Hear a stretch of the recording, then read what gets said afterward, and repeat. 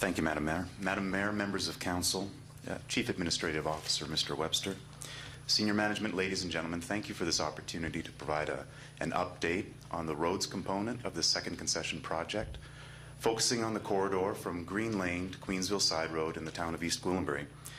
This presentation would constitute item 3 on our agenda.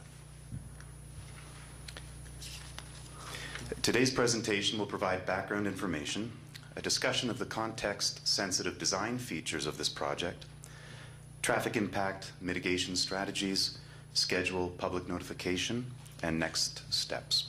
We'll begin with background information.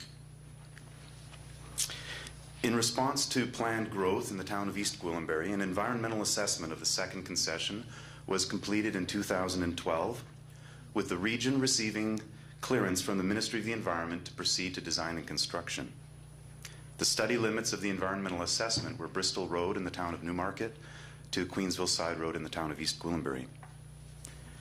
Based on the recommendations from the environmental assessment, the detailed design of the second concession addresses current transportation and future servicing needs associated with the planned growth in Holland Landing, Queensville, and Sharon.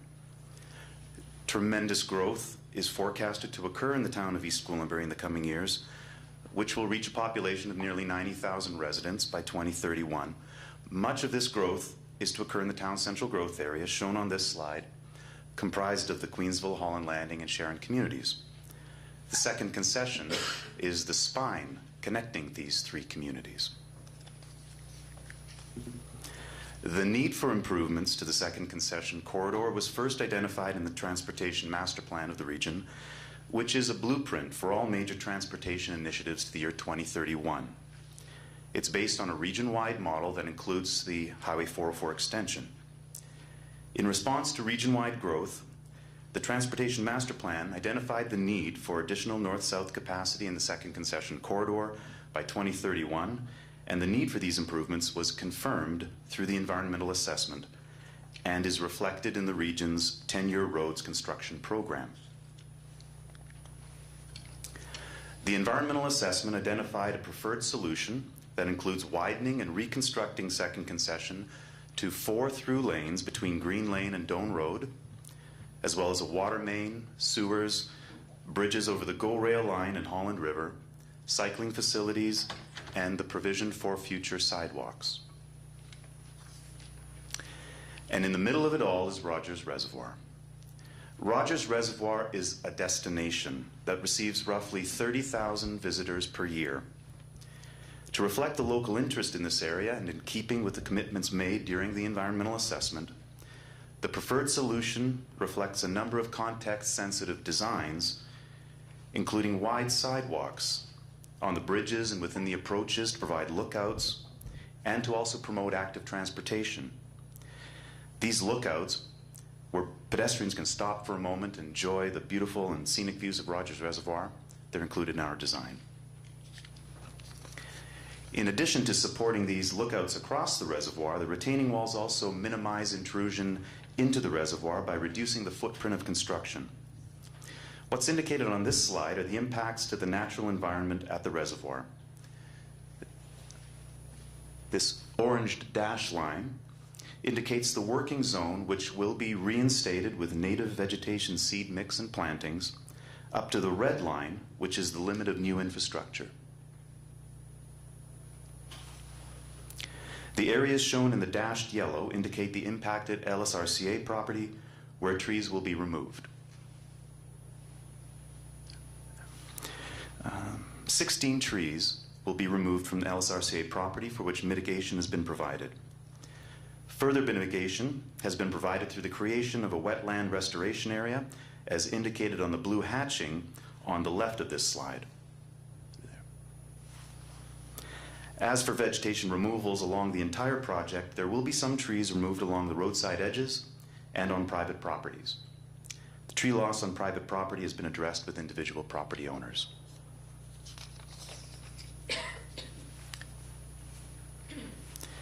Now this is a view from the east of the reservoir looking westerly. East here, westerly. The No-Kita Trail is well used and will provide passage for pedestrians and cyclists through the opening under the Holland River Bridge. The region and Lake Simcoe Conservation Authority have worked closely together to ensure and enhance trail connectivity, and the project team will continue to look for ways to maintain trail use as long as possible during construction. At present, we believe the trail will need to be closed during the construction of the Holland River Bridge, beginning in the spring of 2014 until its completion near the end of 2015. Depicted on the right side of this slide, right here, cyclists and pedestrians on the east side of Second Concession will directly connect to the Nokita Trail at the entrance to the Sharon Trail. The project team is still currently finalizing options for connecting cyclists and pedestrians on the west side of Second Concession to the Nokita Trail as well. Here we can see the access road from Rogers Reservoir Pumping Station. That's the access road here. The bridge over the GO rail line, that's the bridge we're building. The bridge over the Holland River, which is this here. The lookouts, these are the lookouts here. As well, the east and west connections. This is going to be an elevated boardwalk, and this is the wetland area that I mentioned before. Sorry, I'm missing my clicker. Here we go. And this is the cycle facilities that are separated from the traffic. I'll get to a slide in a moment. That's where the connection is, and the pedestrians can walk along here. This is the pedestrian bridge that I'll show you in another slide. The preferred solution also includes a context-sensitive treatment of the retaining walls. During design, the project team evaluated and reviewed options internally with town staff and with staff from the LSRCA. A curvilinear retaining wall option shown on this slide, looking again from the east side of the reservoir westerly, was selected as the preferred solution. This option combines the necessary function of the retaining walls but with stepped planting beds and connections to the adjacent Nokita Trail. An elevated wooden boardwalk will be provided with wooden railings designed for ease of maintenance. The wooden railings and elevated path are depicted in the top image. That's this here. That's the pedestrian bridge. The stepped planting beds are also being designed for low maintenance using anti-graffiti coating and by providing drought-resistant plant species.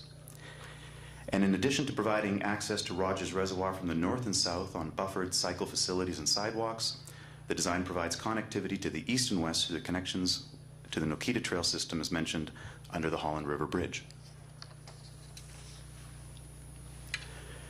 Commitments made during the environmental assessment also included cycling facilities.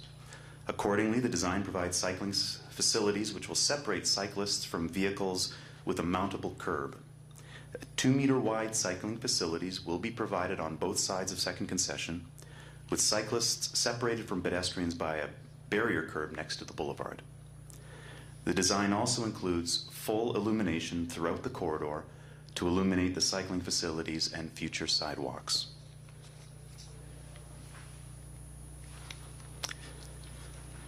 In order to improve the Second Concession corridor, with the works at Rogers Reservoir, including bridges, cycling facilities, retaining walls, step planting beds, and servicing infrastructure, our current analysis indicates that a full road closure is necessary between Green Lane and Queensville Side Road. This closure will result in additional traffic on the parallel routes, including Warden, Woodbine, Leslie, and Yonge. It's important to note that the increase in travel demand on the parallel routes is only anticipated until the opening of the Highway 404, expected sometime in 2014.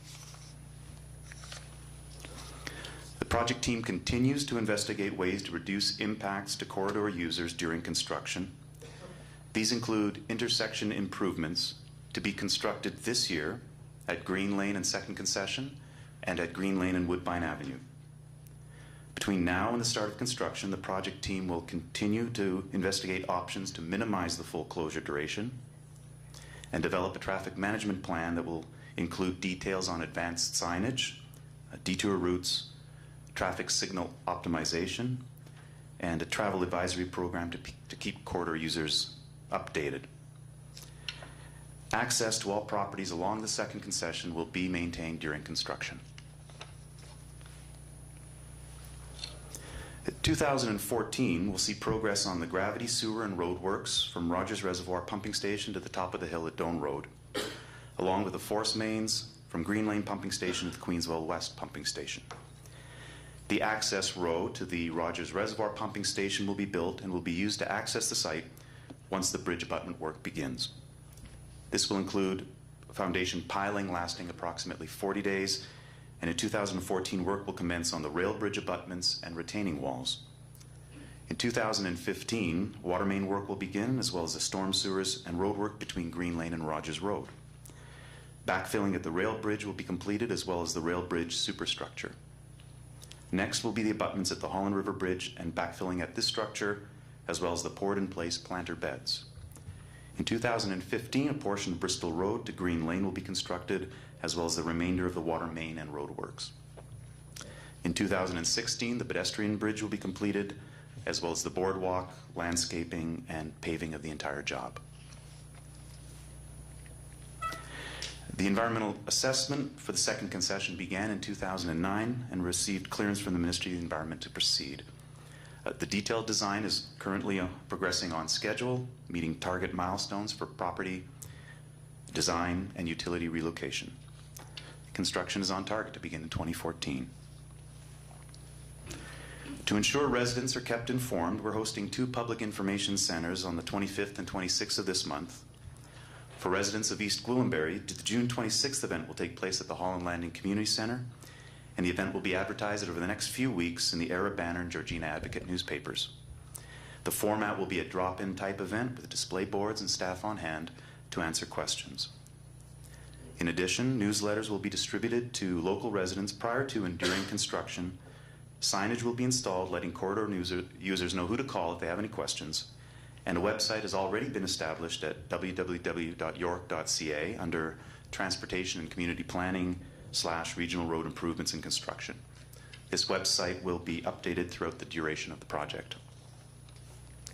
In the meantime, however, corridor users can expect to see the ongoing utility relocation occurring until the end of the year, followed by construction beginning in Q2 of 2014. Thank you. Thank you very much. I'll start questions maybe over at this side this time and move the other way. Councillor Morton, you want to start? Thank you, Madam Mayor. Through you to Mr. Nicolak. I'm excited, Mark, that we are ready to kick off the jumpstart at spring of 2014.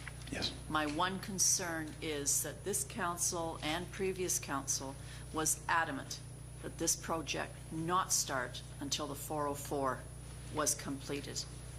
And we're well aware, for anyone that travels that area, the 404 isn't doing anything.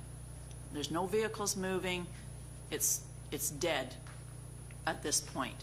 They still keep saying, yes, it's going to be open for the August 2014. I mean, that's the last that we're all hearing, and that's completely open. They're not doing it in segments.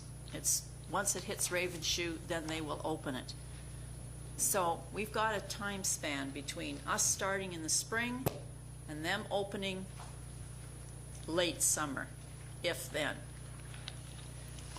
I can't support that. I mean, I'm hoping that the region is working diligently with the province to find out why it's not scheduled, or at least the work is not scheduled to start moving. I would hate to see this project delayed any further, but we assured our residents that that would not be happening, that that the second concession would not be closed and the 404 still sitting there. So I'm hoping that work is being done by the region to somehow see if they can jumpstart the province again and getting moving with that 404. And my second question is there an opportunity that the PIC that's being held in Holland Landing can be a question and answer segment as well, because quite often residents like to hear what other residents have to say and what their questions are. And members of council will tell you that I like to hear what their questions are rather than, you know, them going to individual people and having their comments, because sometimes that jumpstarts another question for me that, well, I never thought of that, but that's great, so this leads to another question. So if the region could consider it being a question and answer period as well as the boards, I know I would certainly appreciate it, and I'm sure many of the residents would as well. Sure. Councillor Roy DiClemente. Thank you, Madam Mayor. I have two questions. One is probably an easy question for you, through you to Mr. Nicoluk, and I guess the best answer would be you might be able to show us on slide 8, and that is essentially, can you show us how the trail connection is made from Second Concession? So if somebody is traveling north or southbound on Second Concession, how do they access the boardwalk, the area to get underneath, and so on? How do they get across, and how does that all intersect? That's a big question that a lot of people have asked me, including members of our trail committee. Okay. Well, the connection will happen. Oops. The connection will happen right here, and that's the entrance to the Sharon Trail. Okay. So along both sides of the Second Concession will be nice wide cycle tracks, like I mentioned, separated from the travel cars with a mountable curb. And then there'll be boulevards beyond those for the future sidewalks. We're actually constructing the sidewalks as part of the bridge work through this fill section through here. The cyclists will be able to come right at that area. I wish that slide was a little bit bigger, but we had somebody go up with a helicopter, and that's all they got. And that's the connection right there. It's all at grade. So the pedestrians on the east side and the cyclists on the east side will just right over there onto this, and as the road is going up, because the road is coming down into the reservoir at about a 3% grade, this trail will be basically at grade all along. There'll be a pedestrian bridge, and these will be wooden planks that they'll be close together, so there won't be too much of a bumpy ride for the cyclists. But you know, we do envision the cyclists will also be heading down Second Con all the way to Green Lane to get to the, if you're a hardcore biker, you might want to get all the way to Green Lane to get to the GO train. But we're very excited about the cyclists and pedestrians on the east side. They'll be here, and they could continue to the GO train this way, or they would pass underneath the Second Concession and continue this way. Now, in terms of the connection on the west side, the project team is reviewing still some alternatives internally, but we are fairly confident we will be able to get a connection from this side underneath the bridge at this point on the north abutments to connect, because we do really want to try and keep the people off the road if they're one way or the other, and we certainly don't want cyclists coming down this way or actually coming down the wrong way. So we want to promote them that they're going in the right direction in both ways. So basically, the connection to the east-west of the Nokita Trail is this way underneath the bridge, and likely this way underneath the bridge to connect that way. Thank you, Madam Mayor. This is an important piece of trail infrastructure for our town, and also from a tourism perspective, because there is some move towards doing a lake-to-lake connection. But for us, this is an important active transportation link. The people in Holland Landing are using those trails, which is why we've asked for them to remain open, because they're using those trails to access the GO station, and they're keeping cars off the road by actually being active and getting to the train station and not having to get in their car. So, Right. So my second question, if I may, Madam Mayor, is a little bit more difficult, I guess. I had the opportunity to read the traffic capacity analysis that was prepared in advance of, in order to address the issues with respect to closing the Second Concession before the 404 was opened. And in that, my concern is, number one, that it was based on data from 2009. We've since had seen significant growth in both the communities of Georgina and Bradford. Bradford itself had growth something in the neighborhood of 17% over the past 2 census periods. And I'm concerned that even with that information, the data is out of date. Even with that, the report notes that our north-south travel patterns, the north-south roads, are at or nearing capacity as it stands now. Further, so there's a note that it's about 1,800 vehicles per hour is sort of the maximum capacity. However, anyone driving in a road that has that level of capacity would find that it would be unacceptable. So we're already witnessing that. Further, the report notes that if there is a stretch of road that has narrower lanes and signalization, such as Leslie Street through the village of Sharon, you would be looking at a capacity of 1,500 cars. We're already seeing that. So if you were to close the second concession, your report notes, I believe it's almost 600 vehicles need to be accommodated elsewhere. Leslie Street and Woodbine are already at capacity. There's no room for those cars to go, and I think you're asking for traffic mayhem. It is going to be a complete and utter nightmare for the people who live in these communities and for the people who are trying to travel through our community to get home. And I don't see any easy solution, but I strongly urge you not to close the second concession before that highway is open. I just don't see a solution there. Thank you. Thank you. Councillor Johnson and then Councillor Eaton. Yes, on the timing, although it's not entirely clear here, and perhaps after we read it a couple of times it will be, it looks like you're very close to being able to not close the second concession until the 404 has been opened. It does look very close. You're talking about pipe construction, you're talking before that about intersections, and quite often projects, when they start, don't happen quite as quickly as we first anticipated. So if your project doesn't get going along quite as quickly at any one of the stages, more than likely you won't have to close the second concession until the 404 is open, even if it does delay from August through to fall, as they're talking now. We've heard that. What I want to know, though, in the detail of slide 13, I think that's the first place where you were talking about pipe construction on that road. It says mid-2014 to April of 2015. Well, the 404 is looking at end of 2014 to be open. Let's say end. They're saying summer, but I'll say end. So that's still pretty close to mid-2014.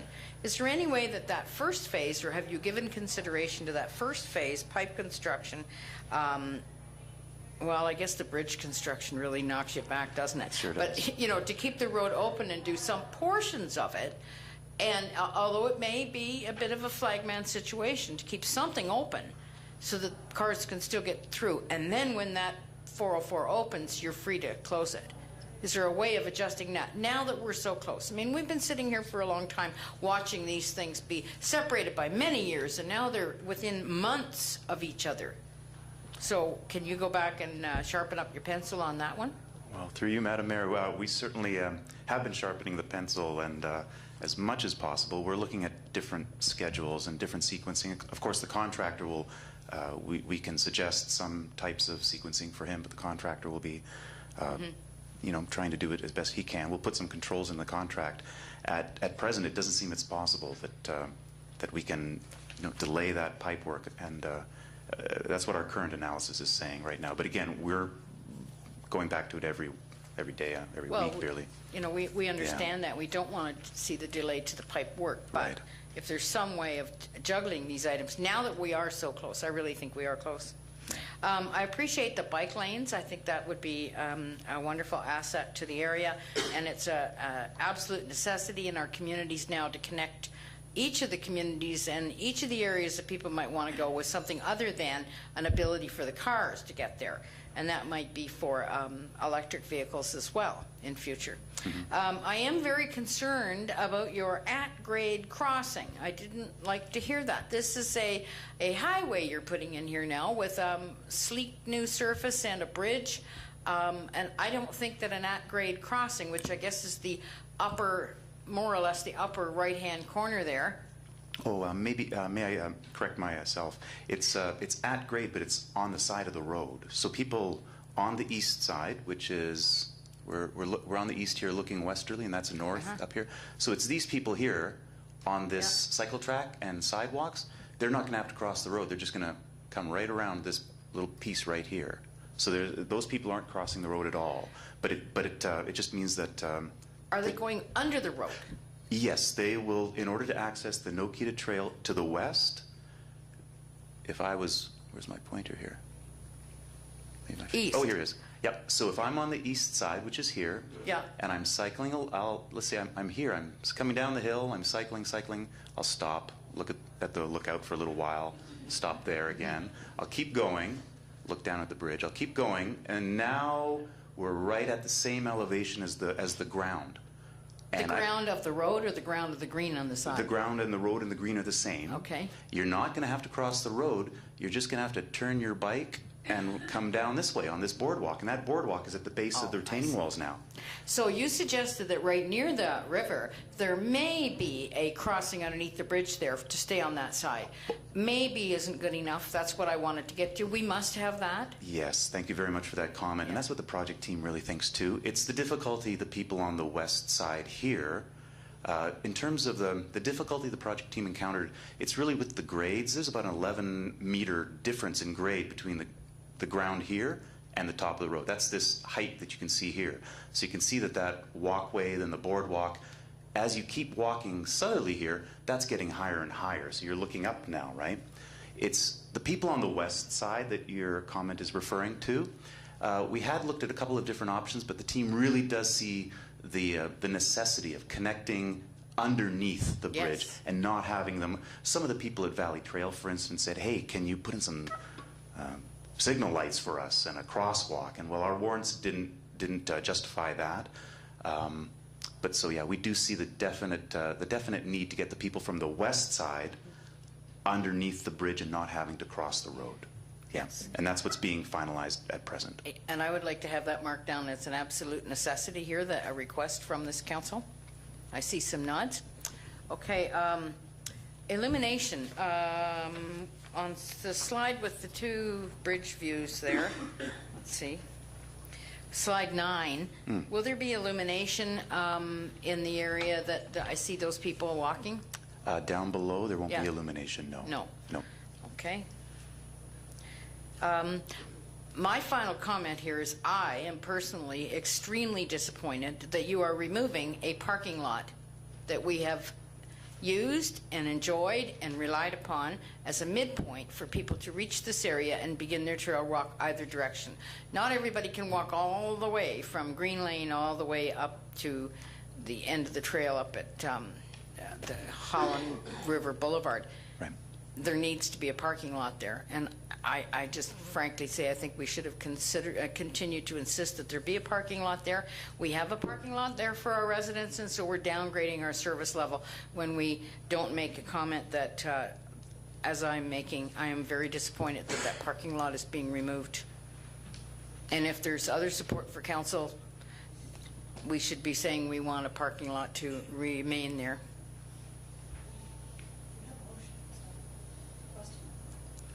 Yes. Yeah. We don't want to lose the parking lot. That's a good thing for us. And you're taking it away, is what you're doing, and we don't like that. Well, I'm sorry about that, but through you, Madam Mayor, it was discussions with Lake Simcoe Conservation Authority on whose property the parking lot existed, and in our negotiations with Lake Simcoe Conservation Authority, the removal of the parking on their property was something that they were compensated for. So they got compensated for the loss that our residents suffer, but our residents, East Gwillimbury residents, don't get compensated for some other place to, that's really too bad. It is I'm disappointed that the Conservation Authority would trade that away.